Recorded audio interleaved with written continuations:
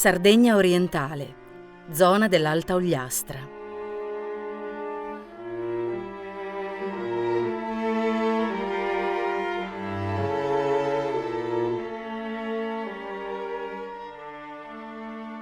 Il toponimo che dà il nome all'intera regione sembra derivi da Augugliastra, il dente di roccia alto 128 metri che in passato, dicono, fosse un prezioso punto di riferimento per i navigatori.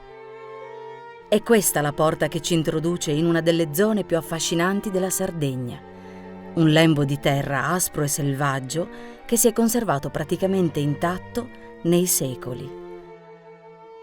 In pochi chilometri il paesaggio offre una varietà incredibile di scenari.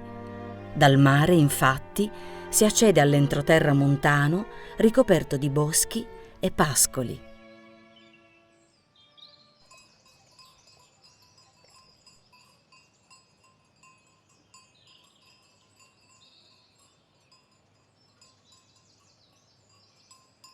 Se nel corso della storia questa terra ha sofferto di un isolamento che ne ha limitato la crescita economica, oggi l'industria turistica permette di guardare al futuro con più ottimismo e sempre più cresce la consapevolezza che il turismo possa diventare il volano per favorire uno sviluppo più generale che riguardi tutti gli aspetti della vita sociale.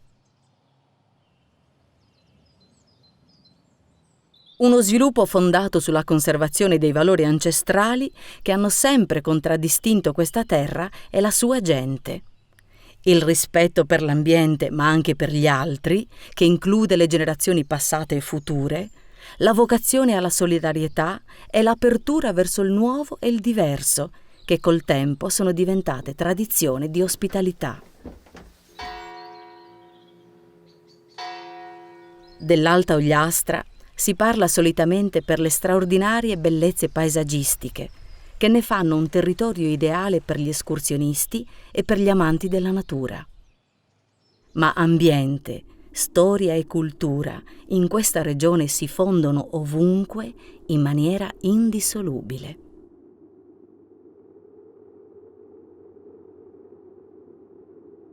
Domus de Janas, nuraghi, tombe di giganti, ruderi di paesi scomparsi e chiese rurali vecchie di secoli costellano tutto il territorio.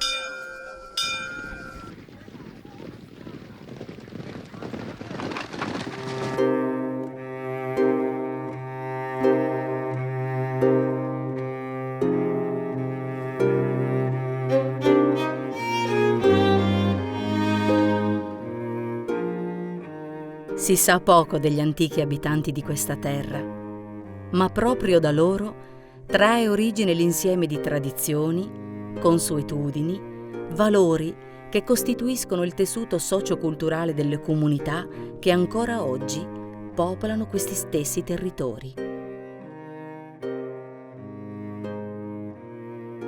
Alcuni borghi dell'entroterra, come Triei e Baunei, devono la loro nascita alla fuga delle popolazioni costiere in cerca di un rifugio sicuro per sottrarsi alle invasioni dei pirati stranieri.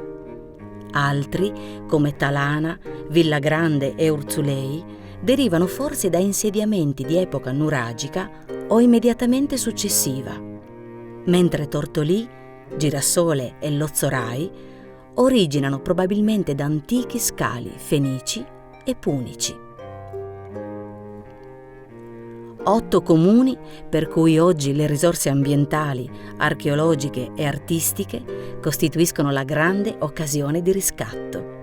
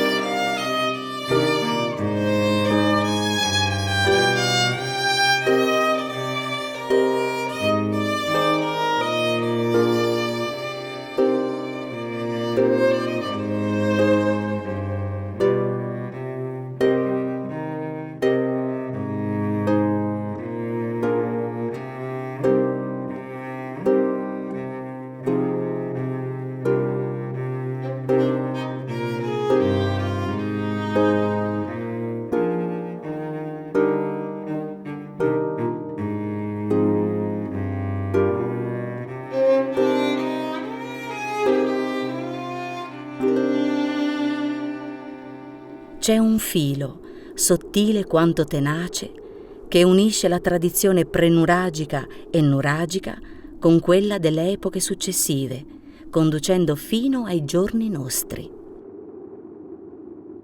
D'altra parte, millenni di storia non possono essere trascorsi invano, soprattutto per un popolo che a causa dell'isolamento geografico è sempre stato costretto a rielaborare la propria cultura, intaccata solo in parte dalle influenze straniere.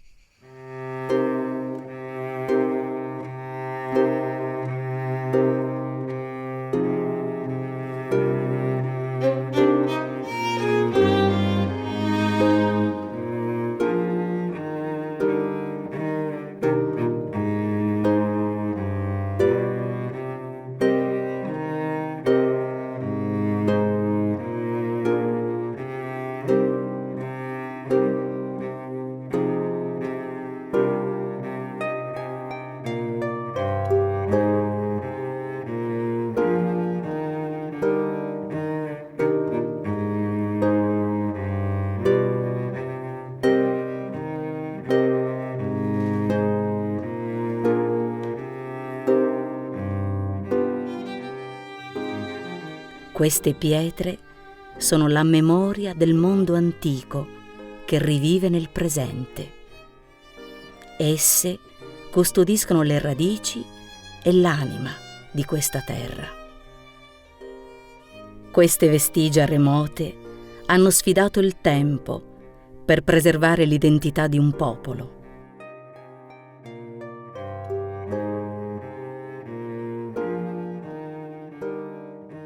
In tutta la zona sono stati rinvenuti reperti risalenti sia all'età della pietra sia a quella del bronzo. Fu un sacerdote, Don Pedro Marcello Carta, rettore della chiesa di Baunei alla fine del 1600, a comprendere per primo il valore storico di questi oggetti. A differenza di altri ecclesiasti che in presenza di manufatti di provenienza pagana provvedevano a seppellirli o in molti casi a distruggerli, Don Pietro Marcello iniziò a raccogliere i bronzetti, mettendone insieme alcune decine. Quella collezione fu donata dagli eredi del sacerdote a Carlo Felice, duca del Genovese, allora viceré di Sardegna, il quale la conservò nel suo museo privato. Da quella prima raccolta nacque il Regio Museo d'Antichità di Cagliari, da cui è derivato l'attuale museo archeologico.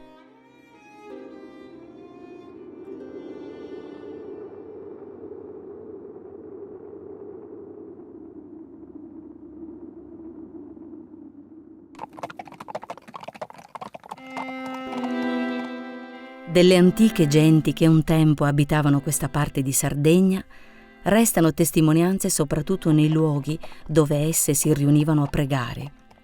La sacralità di quei siti si è perpetuata nel tempo, anche se i culti e i rituali sono cambiati. C'è da considerare che, nel corso della difficile opera di cristianizzazione della Sardegna, i principi della nuova religione si mischiarono spesso con elementi fideistici di origine pagana. Infatti, per sconfiggere le vecchie abitudini idolatriche, il clero cercò di assorbirle, rivestendo luoghi e riti di nuovi valori cristiani. Ma questo non ha impedito che molti degli antichi significati si tramandassero. Nella piana tra Triei e Tortolì passava la via di San Giorgio, vescovo dell'antica diocesi di Suelli. Gli itinerari delle sue visite pastorali comprendevano infatti Tortolì, Girasole, Lozzorai e Urzulei, centri dove ancora oggi si trovano chiese a lui dedicate. I numerosi toponimi riferiti al santo sono una testimonianza inequivocabile del suo ascendente, così come le leggende e i racconti che si tramandano oralmente, a testimonianza di un culto che è ancora molto vivo. All'inizio del 1600 una commissione arcivescovile viaggiò nella regione per raccogliere testimonianze attestanti la venerazione dei diocesani per il loro pastore. Gli atti, inviati a Roma alla Sacra Congregazione dei Riti, fecero sì che nel 1609 Papa Paolo V confermasse definitivamente il culto del santo. Nell'Alta Ogliastra è possibile ritrovare ancora tracce dirette delle antiche società matriarcali del Mediterraneo. Alla donna, infatti, sono demandate una serie di mansioni che si ricollegano in vario modo a forme di religiosità pagana fondate sul culto di divinità femminili.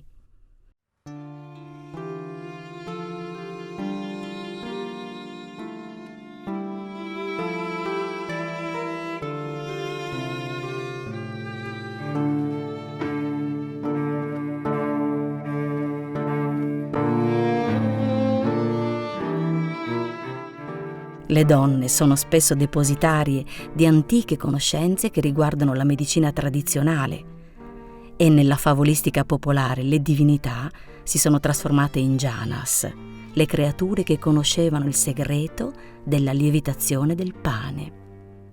Le fate, che con i loro telai intrecciavano la buona e la cattiva sorte.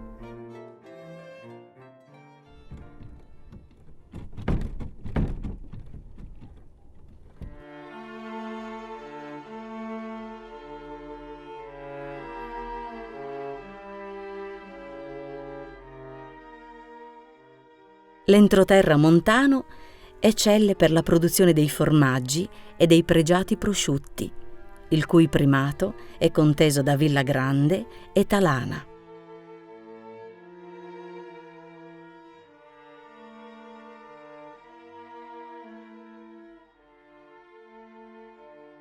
Ma è un altro il primato di cui questa terra va più orgogliosa. Indagini svolte dal Dipartimento di Scienze Biomediche dell'Università di Sassari attestano che nell'Alta Ogliastra si registra la più elevata concentrazione al mondo di ultraottantenni, ultranovantenni e centenari.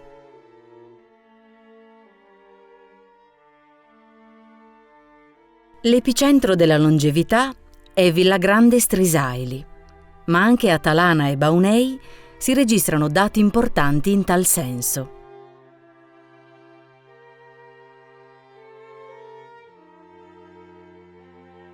Sebbene non manchino leggende che parlano di misteriosi terreni sparsi nelle campagne che infonderebbero forza a coloro che li attraversano a piedi, secondo i ricercatori la lunga vita sarebbe determinata in varia misura da fattori genetici e ambientali, dallo stile di vita e da abitudini alimentari.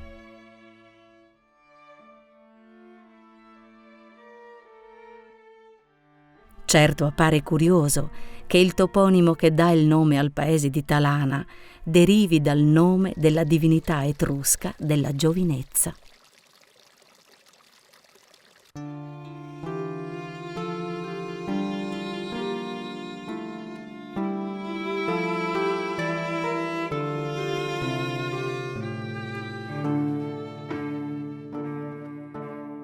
Sul litorale costiero, le pareti di calcare a strapiombo sul mare cedono il passo più a sud alle ampie spiagge sabbiose delle marine di Tortolì, Girasole e Lozzorai. Le zone umide rappresentano delle aree di grandissimo interesse naturalistico, in quanto costituiscono l'habitat di numerose specie di uccelli e piante palustri. Proprio su questo tratto costiero sorgeva anche l'antica Sulci, uno dei più importanti porti sardi dell'antichità, scalo di Fenici, Cartaginesi e Romani.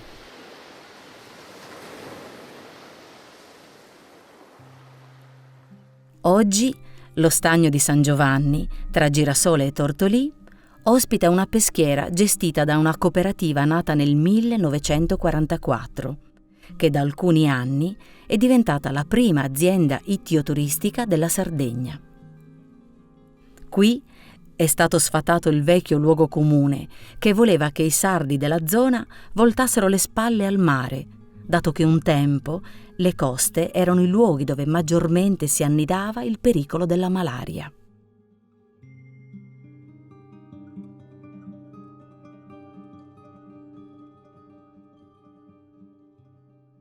In questa laguna collegata al mare aperto da 2 bocche si pesca praticamente tutto l'anno, se si esclude il periodo di riposo biologico tra l'inverno e la primavera.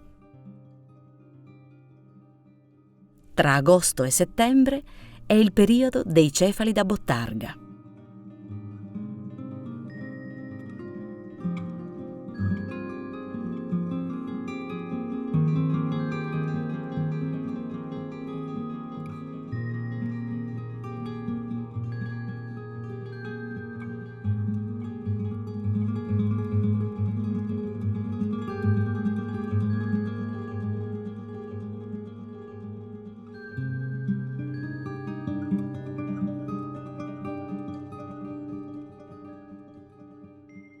La cucina della zona nei secoli si è arricchita e le pietanze di mare hanno affiancato quelle di terra. Ma alla pietanza principe restano i culurgiones, dalla caratteristica forma cucita, fatti di sfoglia di semola di grano duro, ripiena di patate e formaggio.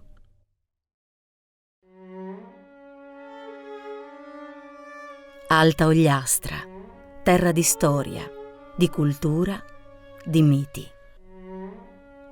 Ma anche un territorio che cerca di guardare al futuro, tenendo ben presenti le proprie radici e le proprie vocazioni.